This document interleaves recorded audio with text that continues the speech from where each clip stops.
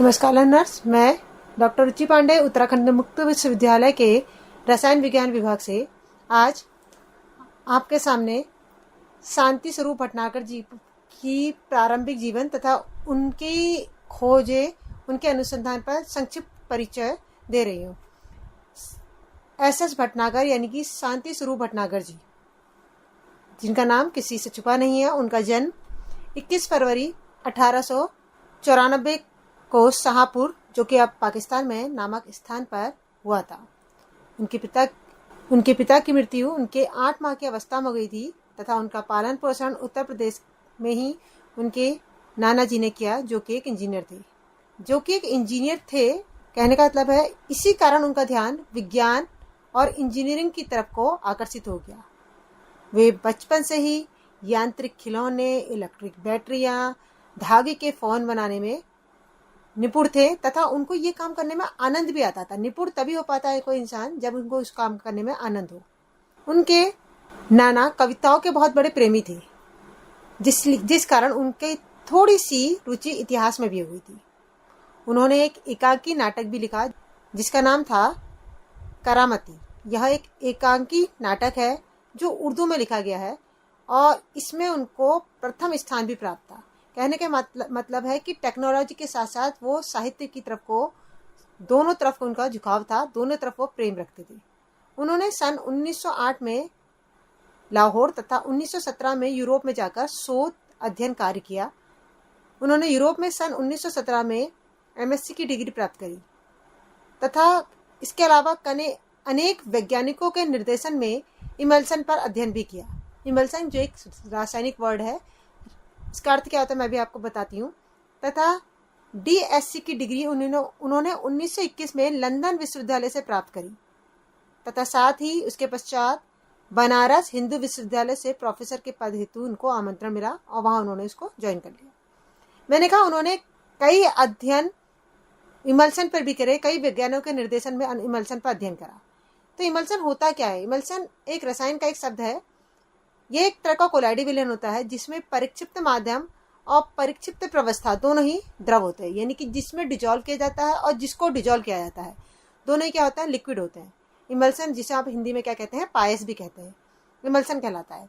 जैसे कि आप ऐसे समझ सकते हैं, पानी को तेल में डालिए और तेल को पानी में डालिए, दोनों जल में तेल पायस और पानी में तेल पायस। साइंटिफिक वर्ड है, विज्ञान से संबंधित है, तो जल में तेल पायस, तेल में जल पायस। अगर साधारण भाषा में बोलेंगे तो पानी में तेल मिला दिया जाए या जल में तेल मिला दिया जाए, दोनों एक दूसरे में मिक्सअप नहीं होते, दोनों एक दूसरे के साथ क्या है, कितना ही मिक्स कर दिया जाए वो मिक्स नहीं होते। ऐसे ही दूध में तेल या तेल में दूध, कहने का मतलब है जब दूध में हम क्या मिला, जब दूध को देखते हैं ऊपर से फैट की लेयर आ जाती है, लेकिन वो उसमें डिजोल्व नहीं होती, ऊपर इकट्ठा हो जाती है। तो ये किसका एग्जाम्पल है? आपका पायस। इसे हम क्या कहते हैं? पायस कहते हैं। इमल्सन कोलाइड और औद्योगिक रसायन शास्त्र पर कार्य के अतिरिक्त उनका मौलिक योगदान मैग्नेटिक केमिस्ट्री में भी था, यानी कि चुंबकत्व के क्षेत्र में। उन्होंने चुंबकत्व को कुछ रसायनों और रासायनिक प्रतिक्रियाओं को जानने के लिए अपना उपकरण बनाया। मतलब मेन उनका फोकस इमल्सन के अलावा मैग्नेटिक फील्ड में भी था। उन्होंने मैग्नेट को एक मेन उपकरण बनाया जिससे उनकी किसी भी एलिमेंट्स की केमिकल प्रॉपर्टी को हम फाइंड आउट कर सकें। प्रसिद्ध भटनागर माथुर इंटरफेरेंस बैलेंस, जो कि उन्होंने भौतिक वैज्ञानिक आरएनए माथुर की सहायता से बनाया था, इस अध्ययन में बहुत लाभकारी था। एक ब्रिटिश कंपनी संसार में बेचने के लिए इस बैलेंस का उत्पादन करने लगी और जब द्वितीय युद्ध आरंभ हुआ तो भारत सरकार ने भटनागर जी को उस संस्था का निर्देशक बनाया जो बाद में काउंसिल ऑफ साइंटिफिक एवं इंडस्ट्रियल रिसर्च के नाम से जानी गई। काउंसिलिंग का ध्येय था कि प्रयोगशाला में शोध को उद्योगों में इस्तेमाल करके चीजों को अच्छे स्तर पर बनाया जाए, यानी कि शोध की जाए, फिर उन सभी चीजों को शोध करके अपनी प्रयोगशाला में बनाकर मार्केट में लॉन्च किया जाए जिससे लोगों को उस शोध का लाभ मिल सके। अब समय और अवसर के आधार पर भटनागर जी ने अपने सपनों को साकार किया, क्योंकि उनको इसी प्रयोगशाला में शोध करे गई चीजों का अच्छे स्तर पर बनाए जाने का अवसर मिला था। इसलिए उन्हें भटनागर जी ने अपने सपनों को यहाँ पर ही साकार करा। यहीं पर से उनके सपनों की जो साकार होने की स्टार्टिंग है वो यहीं पर से हुई। युद्ध के लिए उन्होंने अपनी प्रयोगशाला में एक ऐसा कपड़ा बनाया जिस पर गैसों का प्रभाव नहीं होता था। उन्होंने ना फटने वाले कंटेनर और व्यर्थ चीजों से प्लास्टिक भी बनाई। 1943 में वे विज्ञान में अपने योगदान के बल पर रॉयल सोसाइटी के सदस्य भी चुने गए तथा भारत को जब स्वतंत्रता मिली तो पंडित जवाहरलाल नेहरू जी की प्रेरणा से भटनागर जी ने देश में विज्ञान और तकनीकी की नींव रखी और होमी जहांगीर भाभा, प्रशांत चंद्र महलानोबिस, विक्रम साराभाई और अन्य वैज्ञानिकों के साथ साथ भटनागर जी ने भी देश में विज्ञान एवं प्रौद्योगिकी के आधारभूत ढांचे और नीतियों को बनाने में महत्वपूर्ण भूमिका निभाई।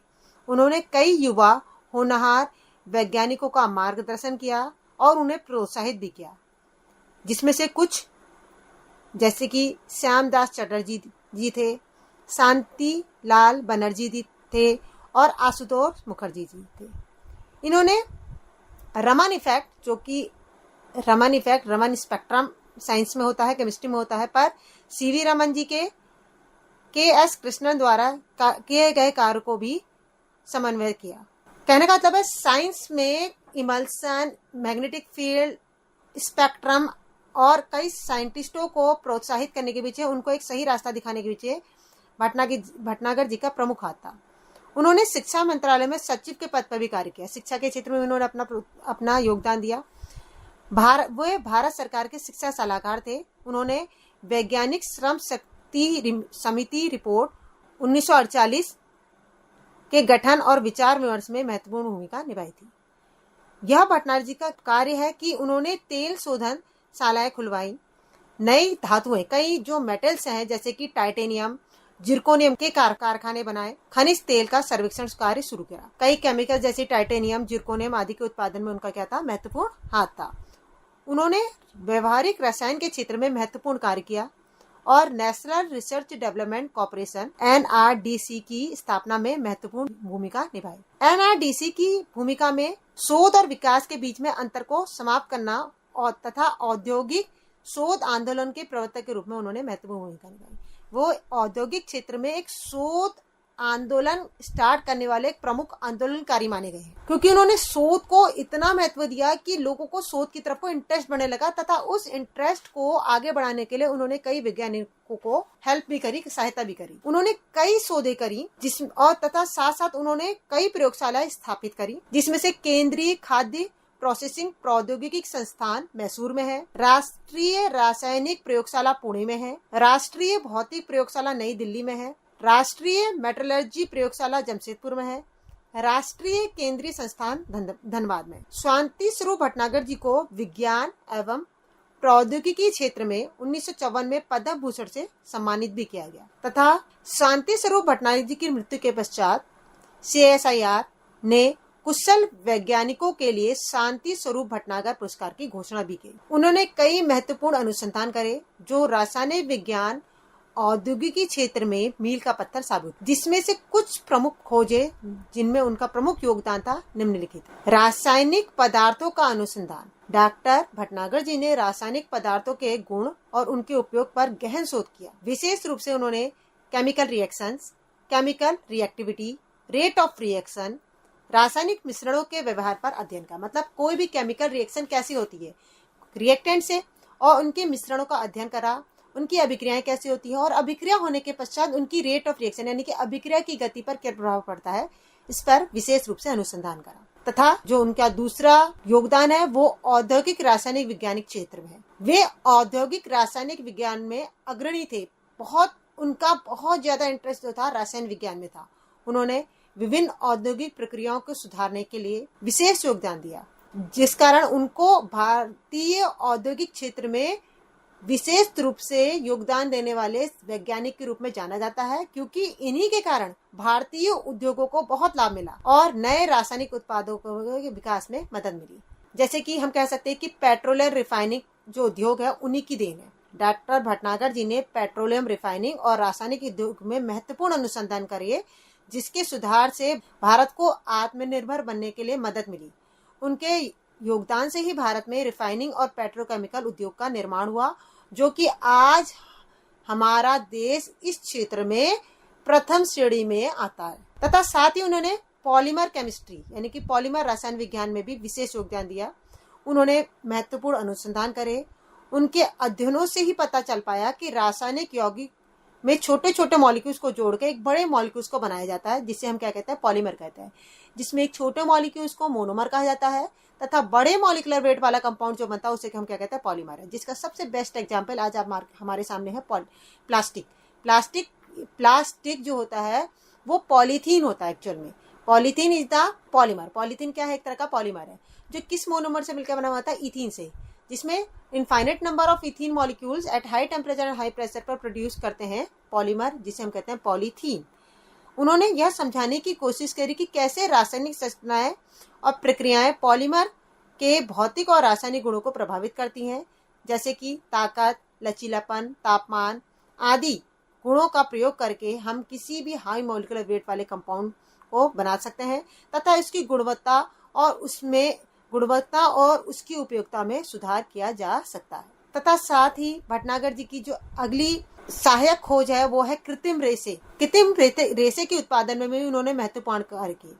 उन्होंने रासायनिक प्रक्रियाओं के माध्यम से नई प्रकार के रेसों का निर्माण किया, जो आज की आधुनिक वस्त्र उद्योग की महत्वपूर्ण बेसबोन है। यह सामग्री वस्त्र, पैकेजिंग और विभिन्न औद्योगिक उत्पादकों में उपयोग की जाती है। इन शोधों के अलावा उनका थोड़ा सा इंटरेस्ट भूतत्व और जलवायु विज्ञान पर भी था। उन्होंने जियोलॉजी और क्लाइमेटिक साइंस में भी शोध किया, मतलब भूतत्व और जलवायु विज्ञान में भी शोध किया। उन्होंने जलवायु परिवर्तन, वातावरणीय स्थितियों के अध्ययन में महत्वपूर्ण योगदान दिया। इन सभी क्षेत्रों में उनका मेन जो मकसद था विज्ञान का स्तर ऊंचा करना था और औद्योगिक प्रगति में सहायता देना था। विज्ञान का अगर स्तर ऊंचा हो जाए तो ये साफ क्लियर है कि औद्योगिक प्रगति भी उज्जवल है, वो ऊपर की तरफ को बढ़ रही है। उनके योगदान को सम्मानित करने के लिए जो शांति स्वरूप भटनागर की स्थापना की गई वो आज भी भारतीय वैज्ञानिकों को उत्कृष्टता के लिए दिया जाता है। भारतीय वैज्ञानिकों में शांति स्वरूप भटनागर को औद्योगिक रासायनिक क्षेत्र में विशेष योगदान और विज्ञान और औद्योगिकी क्षेत्र में विशेष योगदान के लिए महत्वपूर्ण माना जाता है। और उनके योगदान से यह निष्कर्ष निकलता है कि भारतीय औद्योगिकों में रासायनिक पदार्थों के निर्माण और उपयोग को वैज्ञानिक दृष्टिकोण से समझा जा सकता है और आसानी से बनाया जा सकता है, और जो बना है उसको और बेहतर बनाया जा सकता है। तथा शांति स्वरूप भटनागर जी ने यह भी सिद्ध किया कि रासायनिक विज्ञान के उन्नत प्रयोग से उद्योगों को उत्पादन क्षमता बढ़ेगी, लागत और गुणवत्ता में सुधार किया जा सकता है। तथा उनका यह योगदान प्रदर्शित करता है कि भारत अपनी वैज्ञानिक और औद्योगिकी क्षमताओं का उपयोग करके अन्य देशों पर निर्भरता कम कर सकता है, क्योंकि अगर भारत अपने ही देश में इन औद्योगिक क्षेत्रों में विकास करे तो हम दूसरे देश पर निर्भर नहीं होंगे। तो संक्षेप में हम कह सकते हैं कि शांति स्वरूप भटनागर ने हमारे देश को आत्मनिर्भर बनाने में प्रथम योगदान दिया था तथा लोगों का दृष्टिकोण बदला और साथ ही लोगों के मन मस्तिष्क में, दिमाग में विज्ञान के प्रति रुचि पैदा करने में सहायता दी।